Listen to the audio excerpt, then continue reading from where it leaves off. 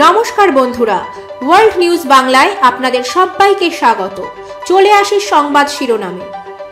ট্রাম্পের ইমপিচমেন্ট হবে কিনা ঠিক করে দিলেন বাংলার মহারাজা নন্দকুমার। আন্তর্জাতিক বিধিনিষেধ অগ্রাহ্য করে সিএফসি ব্যবহার করে চলেছে চীন। ওজোন স্তরে ফের ফাটল ধরার আশঙ্কা। আন্তর্জাতিক চাপের মুখে সুর নরম মায়ানমারের। পুলিশ কর্মীদের বিরুদ্ধে ব্যবস্থা নেওয়ার আশ্বাস প্রশাসনের। বন্ধ বিবিসি ওয়ার্ল্ডের সম্প্রচার। চীনকে তুলোধনা ব্রিটেনের। ইরান মানছে না মার্কিন নিষেধাজ্ঞা। রমরমিয়ে চলছে ট্রাক্টর রফতানি। হ্যাক হয়েছে 300 কোটি জিমেল হটমেল পাসওয়ার্ড। আতঙ্ক বিশ্বজুড়ে। চলে আসে বিস্তারিত খবরে। ট্রাম্পের ইমপিচমেন্ট হবে কিনা ঠিক করে দিলেন বাংলার মহারাজা নন্দকুমার। হাউসের পর এবার মার্কিন সেনেটে ট্রাম্পের ইমপিচমেন্ট। তবে এই ইমপিচমেন্ট আদৌ সাংবিধানিক কিনা তা নিয়ে জোর বিতর্ক দেখা দিয়েছিল। ট্রাম্প পক্ষ দাবি করেছিল প্রাক্তন প্রেসিডেন্টের ইমপিচমেন্ট যুক্তিযুক্ত নয়, কিন্তু হাউস ম্যানেজার রাস্কিন মহারাজা নন্দকুমার হত্যাকাণ্ডের প্রসঙ্গ তুলে এনে বুঝিয়ে দিলেন ট্রাম্পের ইমপিচমেন্ট যুক্তিযুক্ত। পলাশির যুদ্ধে হেরে গিয়েছিলেন সিরাজদৌল্লা, সেই থেকেই ব্রিটিশ শক্তি ঢুকে পড়ে বাংলার অন্দরে। আর সেই যুদ্ধে সিরাজদৌল্লার সঙ্গে বিশ্বাসঘাতকতা করেছিলেন মীর জাফর। ষড়যন্ত্রকারীদের দলে ছিলেন মহারাজা নন্দকুমারও। নবাবের সঙ্গে বিশ্বাসঘাতকতার পুরস্কারও পেয়েছিলেন নন্দকুমার, কিন্তু পরে সেই ব্রিটিশ আদালতেই ফাঁসির সাজা ঘোষণা হয়েছিল মহারাজের। নন্দকুমারের ফাঁসির দিন জনপ্লাবন নেমেছিল খিদিরপুরে। বর্তমান হেস্টিংস ছিল তৎকালীন জনমানসহীন মরুভূমির মতো। সেখানেই সর্বসমক্ষে ফাঁসি দেওয়া হয়েছিল নন্দকুমারকে। ব্রিটিশ আদালতের সম্পূর্ণ প্রক্রিয়া এটাই ছিল প্রথম ফাঁসি। আর সেই নারকীয় হত্যার সাক্ষী হতে রাস্তায় ঢল নেমেছিল আম আদমির। ব্রাহ্মণ হত্যা দেখে পাপ ধুয়ে ফেলার জন্য গঙ্গা স্নান করেও বাড়ি ফিরেছিলেন অনেকে। সেদিন নন্দকুমারের ফাঁসির জন্য রাস্তার ধারে কূপ খোঁড়া হয়েছিল। সেই কূপেই মৃত্যু হয়েছিল ব্রিটিশ অনুগত মহারাজা নন্দকুমারের। ট্রাম্পের আইনজীবীদের সওয়াল ছিল, ট্রাম্প আর প্রেসিডেন্ট নেই, সেক্ষেত্রে তিনি একজন সাধারণ নাগরিক। একজন সাধারণ নাগরিকের কেন ইমপিচমেন্ট হবে, এই সওয়ালই করেছিলেন ট্রাম্পের আইনজীবী।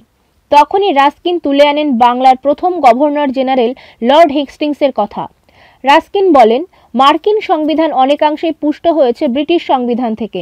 তিনি জানান, ব্রিটিশ ভারতের Lord Warren Hastings governor general পদ থেকে ইস্তফা দিয়ে ইউরোপে ফিরে আসার পরও নন্দকুমার হত্যাকাণ্ডে তার ইমপিচমেন্ট ট্রায়াল হয়েছিল।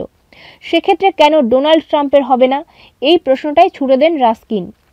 সেনেটে এই ধরনের একাধিক যুক্তি দিয়ে তর্ক বিতর্ক চলার পর ভোটাভুটির মাধ্যমে স্থির হয় ট্রাম্পের সেনেটে ট্রায়াল হবে।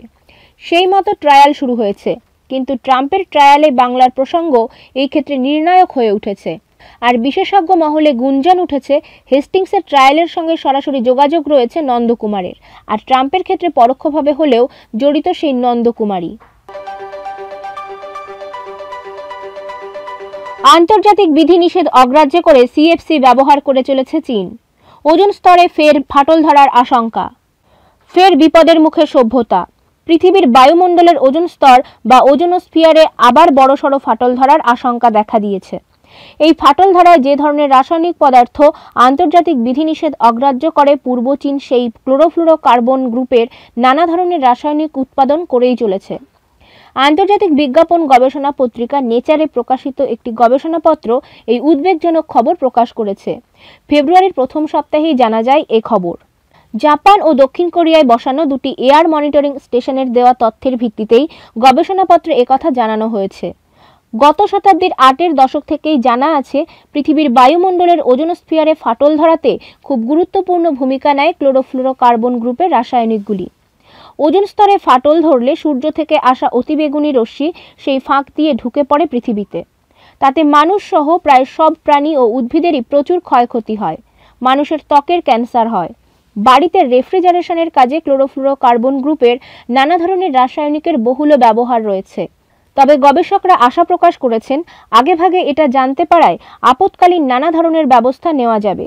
পূর্ব চীনে যাতে এই ধরনের রাসায়নিকের উৎপাদন বন্ধ করে দেওয়া যায়, তার জন্য যা যা করণীয় করতে পারবে রাষ্ট্রপুঞ্জ ও জলবায়ু রক্ষা সংক্রান্ত বিভিন্ন আন্তর্জাতিক সংস্থা। আর সেটা করা সম্ভব হলে এই শতাব্দীর শেষে পৌঁছে পৃথিবীর বায়ুমণ্ডলের ওজোনোস্ফিয়ারের ফাটল পুরোপুরি ভরিয়ে ফেলা সম্ভব হবে। আন্তর্জাতিক চাপের মুখে সুর নরম মায়ানমারের, পুলিশ কর্মীদের বিরুদ্ধে ব্যবস্থা নেওয়ার আশ্বাস প্রশাসনের। আন্তর্জাতিক চাপের মুখে কিছুটা সুর নরম করল মায়ানমার। গত মঙ্গলবার নিরস্ত্র প্রতিবাদীদের উপর গুলি চালানোর ঘটনায় জড়িত পুলিশ কর্মীদের বিরুদ্ধে ব্যবস্থা নেওয়ার আশ্বাস দিয়েছে প্রশাসন। যদিও সেই আশ্বাস কতটা ফলপ্রসূ হবে তা নিয়ে সন্দেহের অবকাশ থেকেই যাচ্ছে। স্থানীয় সংবাদ মাধ্যম মায়ানমার টাইমস সূত্রে খবর, মানবাধিকার রক্ষা সংক্রান্ত CPRH নামের একটি কমিটি গুলিকাণ্ডে অভিযুক্ত পুলিশ কর্মীদের বিরুদ্ধে তদন্তের আশ্বাস দিয়েছে। 2020 সালের সাধারণ নির্বাচনের সময় এই কমিটির সদস্যদের নির্বাচিত করা হয়। ফলে স্বাভাবিকভাবেই গণতন্ত্রকামীদের উপর হামলার তীব্র নিন্দা করেছে তারা। এদিকে এই ঘটনার পর বিশ্বজুড়ে বয়ে গিয়েছে সমালোচনার ঝড়। আমেরিকা, ব্রিটেন, ভারত সহ একাধিক দেশ সূচির মুক্তির দাবি জানিয়েছে। ফলে চাপের মুখে কিছুটা সুর নরম করেছে দেশটির সামরিক প্রশাসন। বিশ্লেষকদের মতে সামরিক শাসনে নিরপেক্ষ তদন্ত কার্যত অসম্ভব। সেনার নির্দেশ না পেলে মায়ানমারে আপাতত কোনো কাজেই হাত দেওয়া যাবে না। উল্লেখ্য, চলতি মাসের শুরুর দিকে কাউন্সিলের আং সান সুচি ও গণতান্ত্রিক সরকারের প্রতিনিধিদের গ্রেফতার করে সেনাবাহিনী। 1 বছরের জন্য দেশে জারি হয় জরুরি অবস্থা। ফলে সামরিক শাসনে কণ্ঠরুদ্ধ হয়েছে গণতন্ত্র। মায়ানমারের মত প্রকাশের স্বাধীনতা থেকে অহিংস প্রতিবাদের অধিকার সবই কেড়ে নিয়েছে সামরিক জুন্টা। তারপর থেকেই রাজধানী নাইপিদা ও ইয়াঙ্গন সহ দেশের বিভিন্ন প্রান্তে শুরু হয়েছে গণবিক্ষোভ। প্রতিবাদের আগুন যাতে আরও ছড়িয়ে না পড়ে তাই ফেসবুক, টুইটার সহ একাধিক সোশ্যাল মিডিয়া সাইট বন্ধ করে দিয়েছে সামরিক প্রশাসন। নিয়ন্ত্রিত করা হয়েছে ইন্টারনেট পরিষেবাও। কিন্তু এত কিছুর পরও রাস্তায় নেমে সুচির মুক্তির দাবিতে আন্দোলন করছে মানুষ। গত মঙ্গলবারও এমনই এক মিছিলে বিনা প্ররোচনায় জলকামান ও গুলি চালায় পুলিশ। পুলিশের গুলিতে গুরুতর আঘাত পান ম্যাট থেট খাইন নামে এক 19 বছরের যুবক। তার দিদির হুঙ্কার, সামরিক শাসন শেষ না হওয়া পর্যন্ত তিনি প্রতিবাদ চালিয়ে যাবেন। বন্ধ বিবিসি ওয়ার্ল্ডের সম্প্রচার, চীনকে তুলোধনা ব্রিটেনের। সংবাদ মাধ্যম বিবিসি ওয়ার্ল্ডের সম্প্রচার বন্ধ করায় চীনকে কার্যত তুলোধনা করল ব্রিটেন। ব্রিটেনের দাবি, চীন যে পদক্ষেপ নিয়েছে তা কোনোভাবেই মেনে নেওয়া যায় না। ব্রিটেনের বিদেশ সচিব ডমিনিক রাব এদিন কড়া প্রতিক্রিয়া দিয়ে জানিয়েছেন, সংবাদ মাধ্যমের স্বাধীনতার উপর রীতিমতো খবরদারি করছে চীন, যা কাম্য নয়। ডমিনিক রাব জানিয়েছেন, চীন নিজেদের দেশের অভ্যন্তরের সংবাদ মাধ্যমের উপর খবরদারি চালায়, সংবাদ মাধ্যমের স্বাধীনতায় হস্তক্ষেপ করে। কিন্তু আন্তর্জাতিক সংবাদ মাধ্যমের উপর নজরদারি ও স্বাধীনতায় কাটছাঁট করে চীন নিজেদের ভাবমূর্তি গোটা বিশ্বের সামনে নষ্ট করল। বিবিসিও নিজেদের প্রতিক্রিয়া জানিয়েছে যে চীনের এহেন আচরণে তারা বেশ হতাশ ও অবাক। বিবিসি জানায়, তারা নিজেদের পরিবেশন করা তথ্য ও খবরে কখনো সত্যতার সঙ্গে আপোষ করে না। নিরপেক্ষ, রংহীন ও তথ্য নির্ভর খবর প্রকাশ করে গোটা বিশ্বের কাছে সংবাদ দুনিয়ায় একটা প্রতিষ্ঠান হিসেবে নিজেদের তুলে ধরেছে তারা। দেশের স্বার্থের কথা মাথায় রেখেই আপাতত 1 বছরের জন্য ব্রিটিশ সংবাদ সংস্থা বিবিসি ওয়ার্ল্ডের সম্প্রচার বন্ধ করে দেওয়ার সিদ্ধান্ত নেওয়া হয়েছে বলে চীনা প্রশাসনের তরফে জানানো হয়েছে। বিবিসি ওয়ার্ল্ড নিউজের সম্প্রচার বন্ধ করা নিয়ে একটি বিবৃতি জারি করে চীনা প্রশাসনের তরফে জানানো হয়েছে, বিবিসি ওয়ার্ল্ড নিউজে চীন সম্পর্কে যে রিপোর্ট প্রকাশিত হয়েছে তার সত্য ও ন্যায়সঙ্গত হওয়া উচিত। তবে সব নিয়মের গুরুতর লঙ্ঘন করেছে ওই সংবাদ মাধ্যমটি। দেশের স্বার্থ ক্ষতিগ্রস্ত হয়েছে ওই সংবাদ মাধ্যমে প্রকাশিত প্রতিবেদনের জেরে। বিবিসি ওয়ার্ল্ড নিউজ চ্যানেলটিকে পক্ষপাতদুষ্ট বলে মন্তব্য করেছে চীন। চীনের সরকারি সংবাদ সংস্থার মতে, বর্তমানে বিশ্বে বিবিসি ওয়ার্ল্ড নামে ওই ব্রিটিশ চ্যানেলের কোনো গ্রহণযোগ্যতাই নেই। উল্লেখ্য, চীনের করোনা সংক্রমণের পরিস্থিতি ছাড়াও সে দেশের শিনজিয়াংয়ে উইঘুর মুসলমানদের উপর চীন প্রশাসনের আচরণ নিয়েও একটি প্রতিবেদন প্রকাশ করেছিল বিবিসি ওয়ার্ল্ড নিউজ। উল্লেখ্য, চীনের অভিযোগ, শিনজিয়াং এবং চীনের করোনা পরিস্থিতি নিয়ে পরপর কিছু মিথ্যা প্রতিবেদন সম্প্রচার করেছে বিবিসি ওয়ার্ল্ড। আন্তর্জাতিক ওই সংবাদ সংস্থার প্রকাশিত প্রতিবেদনে দেশের সম্মানহানি হচ্ছে বলে অভিযোগ বেইজিংয়ের। ইরান মানছে না মার্কিন নিষেধাজ্ঞা, রমরমিয়ে চলছে ট্রাক্টর রফতানি। ইরানের ট্রাক্টর উৎপাদনকারী কোম্পানির উপর 2018 সালে মার্কিন সরকার নিষেধাজ্ঞা আরোপ করেছিল। যদিও তখন ওই ট্রাক্টর উৎপাদনকারী সংস্থাটি সাফ জানিয়েছিল, রফতানি বাড়িয়ে এর উপযুক্ত জবাব দেবে আমেরিকাকে। এবার সেই প্রতিজ্ঞাই যেন বাস্তবায়িত হতে চলেছে ইরানি কোম্পানিটির তরফে। রফতানি বাজারের অর্জিত লক্ষ্য পূরণ করতে চলেছে তারা।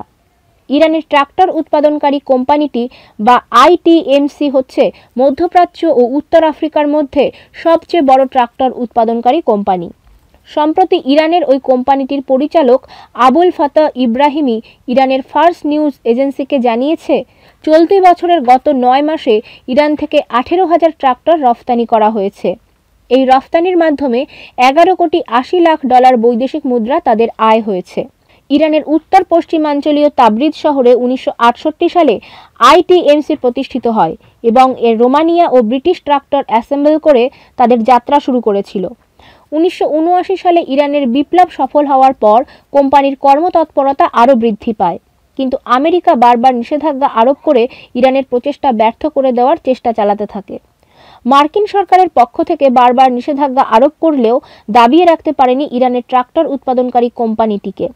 উন্নয়নের গতি নিয়ে প্রতিষ্ঠানটি এগিয়ে চলে।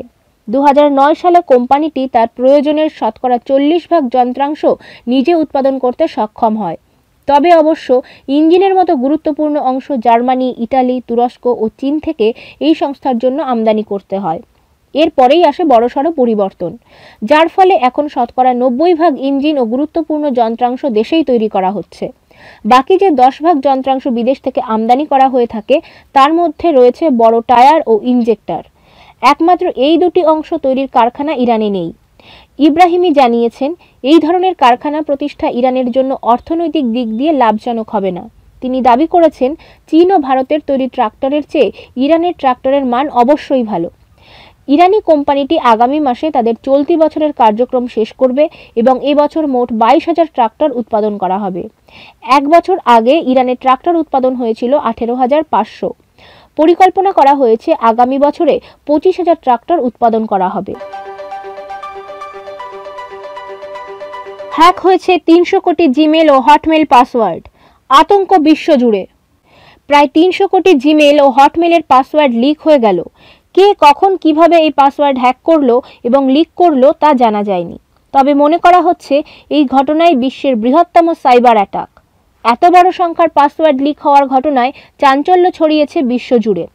এর আগে এত বড় পাসওয়ার্ড লিকের ঘটনা কোনোদিন ঘটেনি। ফলে নড়ে চড়ে বসেছে আন্তর্জাতিক সাইবার ক্রাইম গোয়েন্দারা এবং বিশেষজ্ঞরা। গোয়েন্দাদের রিপোর্টে বলা হয়েছে, জালিয়াতদের হাতে প্রায় 300 কোটি মেলের ব্যক্তিগত তথ্য পৌঁছে যেতে পারে, কারণ তারা হাতিয়ে নিয়েছে এই বিরাট সংখ্যার পাসওয়ার্ড। দুশ্চিন্তার বিষয় হলো, বহু ইউজারের জিমেল বিভিন্ন ডিজিটাল মাধ্যমের সঙ্গে লিঙ্ক করা থাকে। ব্যাংক অ্যাকাউন্ট থেকে শুরু করে যাবতীয় কাজে জিমেল আইডির সঙ্গে সিঙ্ক্রোনাইজ করা থাকে। এক্ষেত্রে মনে করা হচ্ছে সেই সমস্ত গোপন তথ্য হাতিয়ে নিতে পারে জালিয়াতরা। এর পিছনে কত বড় জালিয়াত চক্র আছে তা নিয়ে চিন্তায় গোয়েন্দারা। কিভাবে এদের নাগাল পাওয়া যাবে এবং কিভাবেই বা উদ্ধার হবে ওই হ্যাক করা মেলগুলি, তাই এখন গোয়েন্দাদের কাছে সবথেকে বড় চ্যালেঞ্জের বিষয়। তাই সাবধানতামূলক পদক্ষেপ হিসেবে সবাইকেই অবিলম্বে এই মুহূর্তে পাসওয়ার্ড বদলের পরামর্শ দিচ্ছেন সাইবার বিশেষজ্ঞরা। আজ তাহলে এই পর্যন্তই। ভালো থাকুন, সুস্থ থাকুন। ধন্যবাদ।